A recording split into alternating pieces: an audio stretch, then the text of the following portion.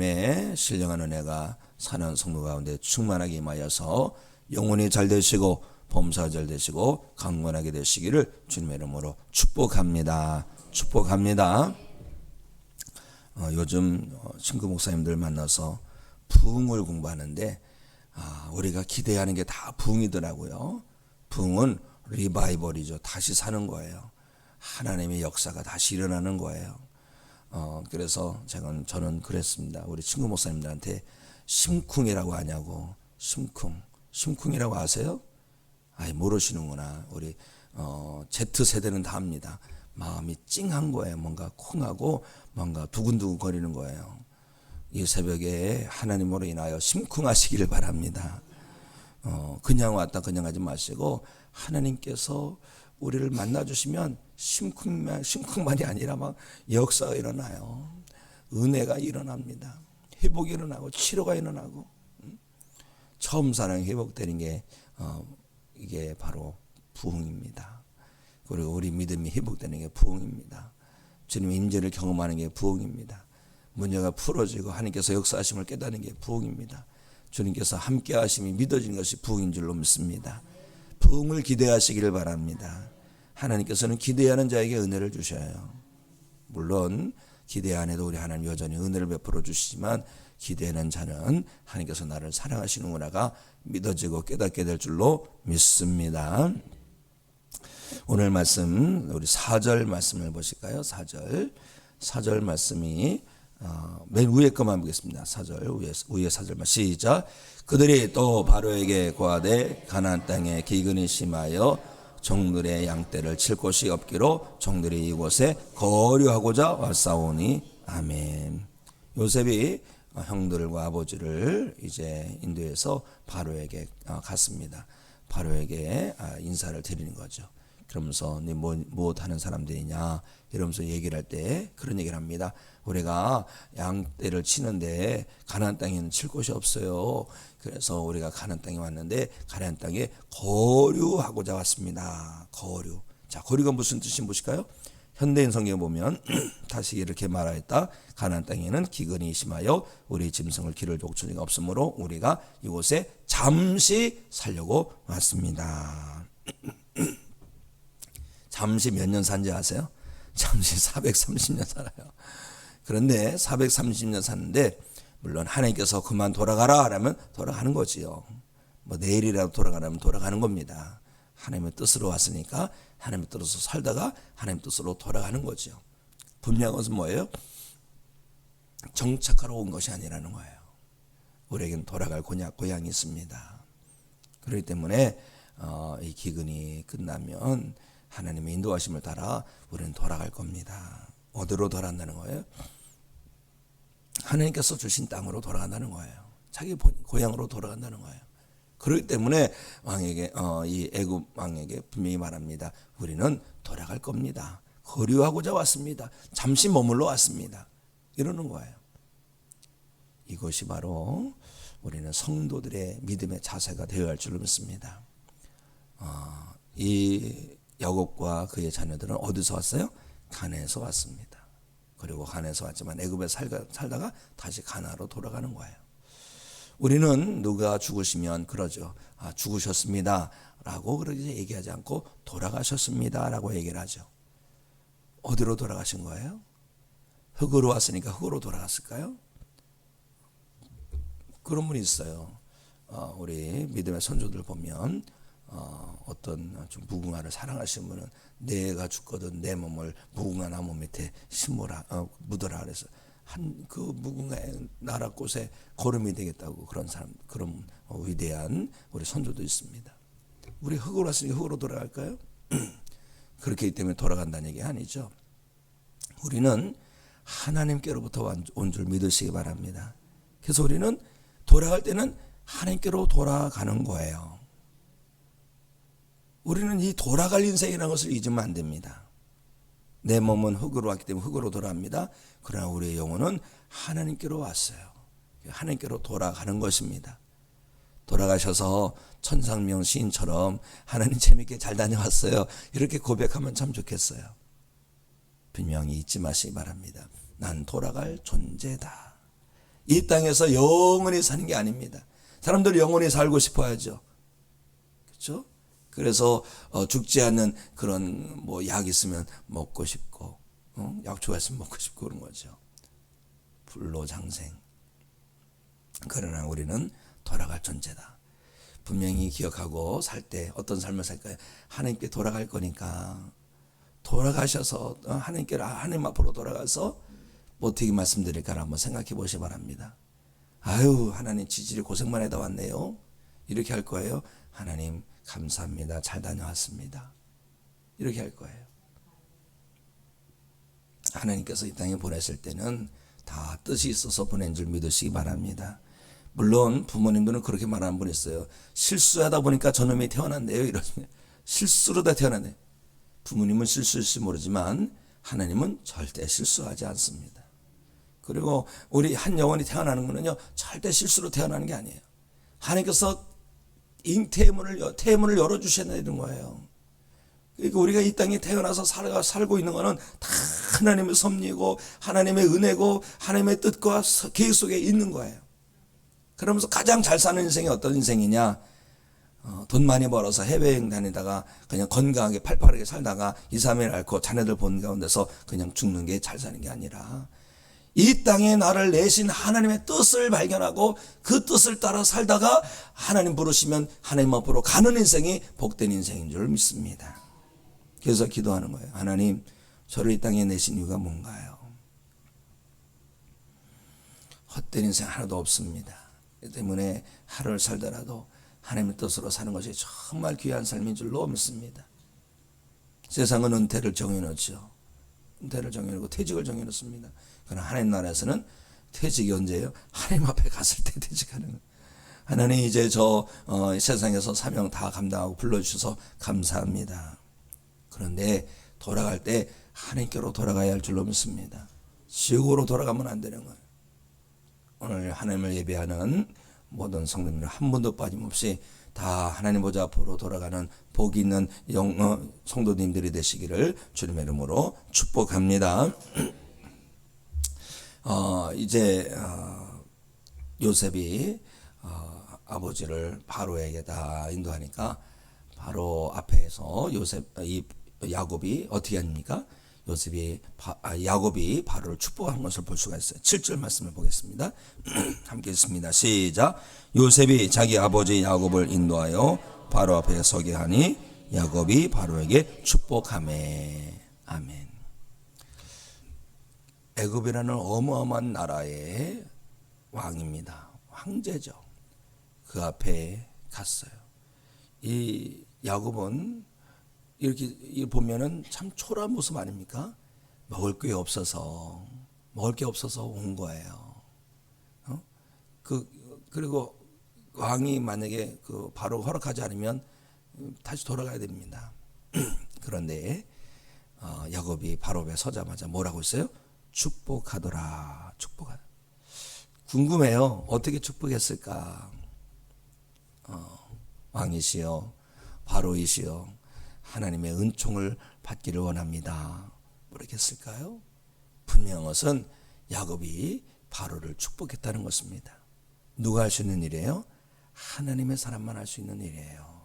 하나님의 사람. 우리는 하나님의 사람으로 오늘을 살아내야 할 줄로 믿습니다. 오늘도 누구를 만나든지 축복하며 사시기 바랍니다. 마태복음 10장에 보면 예수님께서 제자들을 보내시면서 주시는 말씀이 있어요. 너희들이 어느 집에 들어가든지 복을 빌라. 자, 마태복음 10장 12절 13절 한번 보겠습니다. 시작. 또 그 집에 들어가면서 평안하기를 빌라. 그 집이 이에 합당하면 너희 평안이 거기 임할 것이요 만일 합당하지 아니하면 그 평안이 너희에게 돌아올 것이니라. 아멘. 예수님 말씀대로 평안을 비시기 바랍니다. 평안하시기 바랍니다. 이렇게 평안하시기 바라고 건강하시기 바랍니다. 더 좋은 건 주님의 이름으로 제가 축복합니다. 평안하시기 바랍니다. 이렇게 하는 건 더 좋아요. 그런데 오늘 말씀을 보니까 어떻게 해요? 합당하지 않으면 그 평안이 누구에게로 돌아온다? 그렇죠. 평안을 빈 사람에게 돌아오는 거예요. 이 뒤집을 수도 있습니다. 저주하면 그 저주가 자기에게 돌아올 수 있는 거예요. 그래서 자기 하기 나름인 거예요. 평안을 빌고 강건을 빌고 형통을 빌시기 바랍니다. 그래서 잘 되면 더 좋은 거죠. 만약 그 사람이 안 되면 내가 복을 받는 거예요. 내 가다가 이 높은 잡부러져서 그냥 코나 깨져라 이러면 그게 내가 당하는 거예요. 성도는요, 저주하는 인생을 살면 안 됩니다. 하나님의 자녀들은 그러면 안 돼요. 천국 백성 그러면 안 됩니다. 어떻게 해야 돼요? 축복하며 살아야 할 줄 믿습니다. 심지어 누구까지요?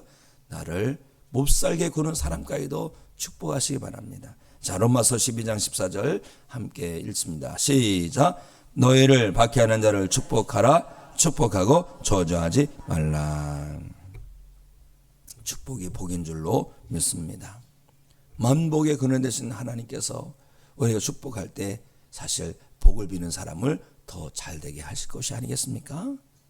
복을 비는 사람은 제쳐두고 하나님께서 그 사람만 복 주시겠어요? 절대 그러실 분이 아니십니다. 우리가 하나님 말씀 붙들고 축복하는 삶을 살 때 하나님께서는 우리를 더 축복하여 주실 줄로 믿습니다. 오늘도 하나님의 축복의 통로가 되셔서 복을 빌며 살아가시고 평안을 빌며 살아가시는 복된 삶이 되시기를 주님의 이름으로 축원합니다. 바로를 축복하자. 바로가 묻습니다. 당신 나이가 얼마나 되셨소? 묻습니다. 9절 말씀 봅시다. 9절. 그러니까 야곱이 대답을 합니다. 시작. 야곱이 바로에게 아뢰되 내 나그네 길이 살려리 130년이니이다. 내 나이가 얼마 못되니 우리 조상의 나그네 길에 연주에 미치지 못하나 험악한 세월을 보내었나이다 하고 아멘. 제가 130이나 됐습니다. 젊은 사람이 왕의 자리에 앉아 있어요. 내가 130이요. 목에를 뻣뻣하지 않습니다. 뭐랍니까? 내 나이가 얼마 되지 못하나 우리 조상의 나그네 길의 연주에 미치지 못하나. 아주 겸손한 모습을 갖고 있는 거예요. 130이라는 나이라면 뭐 두려울 게 어디 있겠습니까? 그렇죠? 이제 하나님 앞에 갈 날도 얼마 남지 않은 것 같은 느낌이 들고 뭐 두려울 게 없는 거예요. 그런데요, 이 야곱은 겸손한 겁니다. 제가 얼마 안 됩니다. 제 조상에 비하면 그렇게 얼마 믿지 못했습니다. 겸손한 거. 하나님의 사람은 예수님을 닮아서 겸손 또 겸손해야 할 줄로 믿습니다. 왜요? 하나님 은혜는 겸손한 자에게 흘러들어요. 은혜의 주인공이 되시길 바랍니다. 자, 우리가 늘 읽는 말씀이지만 한 번 다시 읽어볼까요? 야고보서 4장 6절 말씀 시작. 그러나 더욱 그 은혜를 주시나니 그러므로 일렀으되 하나님이 교만한 자를 물리치시고 겸손한 자에게 은혜를 주신다 하였느니라. 아멘. 건강해서 힘이 넘치고 활력이 넘치더라도 겸손하시기 바랍니다. 쌓아놓은 돈이 많아서 뭐 뒷배가 든든하다 할지라도 그래도 겸손하시기 바랍니다. 아는 지식이 정말 많아서 해박한 사람이라 할지라도 잘 뭘 모르는 사람 앞에서도 겸손하시기 바랍니다. 지위가 높은 자리에 있다 할지라도 이 바로 들어온 신입사원 앞에서도 겸손하시기 바랍니다. 왜요? 우리는 하나님의 사람이에요. 우리는 예수 그리스도를 바라보고 예수 그리스도를 닮아가는 사람입니다.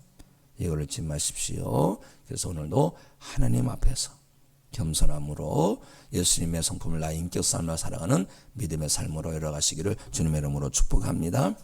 그런데 이 야곱이 130년이나 됐는데 내 나이가 얼마 안 됩니다 라는 식으로 겸손하게 대답을 하면서 뭐라 합니까? 험악한 세월이랍니다.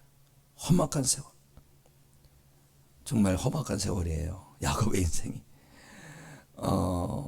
형 동생으로 태어났고 또 어떻게 좀 나름대로 노력을 했는데 아버지를 속이는 꼴이 되었고 또 형이 죽이겠다고 날뛰어갖고 외삼촌 댁으로 도망을 갔고 외삼촌 댁으로 도망가는데 엄마 리브가 하고 이제 잠시 있다 갔다 온다고 했는데 생이별을 합니다. 엄마를 다시 못 봐요. 엄마를 다시 얼마나 이 험악한 세월입니까? 그리고 가서 이제 외삼촌 열심히 일하는데 이 라헬이라는 사랑하는 외삼촌의 딸을 보고서 아내로 삼기로 했는데 웬 것입니까? 7년 열심히 일하고 들어갔더니 그 언니를 아내로 주고 또다시 7년 열심히 일해서 자기가 정말 사랑하는 아내를 얻고, 그리고 또 자기 재산 때문에 열심히 일하는데 6년 동안 열심히 일했는데 삼촌이 이랬다 저랬다 이랬다 얼마나 속 탑니까? 참 험악한 거. 또 돌아오는 길에 세겜에 머물렀을 때 막둥이 딸이 얼마나 그 몹쓸 짓을 당하고 참 힘들고 험악한 세월을 지냈어요. 그런데 도대체 이 험악한 세월을 어떻게 이겨냈을까요? 도대체 어떻게 이겨냈어요? 말씀을 보면 하나님께서 늘 함께 하셔서 이겨내게 하여 주신 것을 보게 됩니다. 베델에서 만나 주신 하나님, 밧단 아람에서 임하셔서 말씀해 주신 하나님, 또 외삼촌 댁에서 도망올 때 외삼촌 만나 주셔서 야곱에게 아무 말도 하지 말라고 말씀해 주신 하나님, 야복나루에서 이름을 바꾸신 하나님, 세겜에서 베델로 올라가라 말씀하신 하나님, 브엘세바에서 애굽으로 내려갈 길을 두려워하는 야곱을 만나셔서 두려워하지 말라고 말씀해 주신 하나님. 이 보면 이 삶의 위기 때마다 늘 하나님께서 찾아오셔서 만나주시고 말씀해 주시고 이걸 보게 됩니다. 야곱은 험악한 세월을 보냈지만, 험악한 인생을 살았지만 하나님께서 함께 하시는 은혜로 이겨내고 통과내고 극복해낸 것을 보게 됩니다. 하나님께서는요, 오늘도 우리와 함께하여 주신 줄 믿으시기 바랍니다. 하나님께서 우리와 함께 하셔서 우리에게 능력 주시고 이기게 하시고 통과하게 하시고 극복하게 하여 주실 줄로 믿으시기 바랍니다. 오늘도 임마누엘 하시는 하나님 은혜 붙들고 험악한 세상 믿음의 역사를 이루며 살아가는 성도들이 되시기를 주님의 이름으로 축원합니다. 기도하십니다. 하나님, 오늘도 저희들을 사랑하셔서 말씀하여 주시니 감사드리옵나이다. 주신 말씀 마음판에 새기게 하시고 오늘도 하나님의 백성으로서 하나님의 말씀 붙들고 살아내게 하여 주시옵소서. 험악한 세상 주님과 동행하는 삶으로 살아내게 하여 주시옵소서. 하나님, 거친 세상 주님 앞에서 살게 하여 주시고 우리를 이 땅에 내신 하나님의 뜻을 따라 계획을 따라 역사를 따라 살아가게 하여 주시옵소서. 하나님, 저희 가운데 부흥을 이루시기 원합니다. 저희 영혼이 다시 살기 원합니다. 다시 저희 가운데 믿음이 다시 회복되기 원합니다. 저희 심령이 다시 회복되기 원합니다. 저희 가운데 부흥을 이루어 주시옵소서. 불에서 기도할 때에 성령 하나님 임하시옵소서. 불로 임하시고 급하고 강한 바람으로 임하셔서 잠자는 저희 영혼을 일깨워 주시옵소서.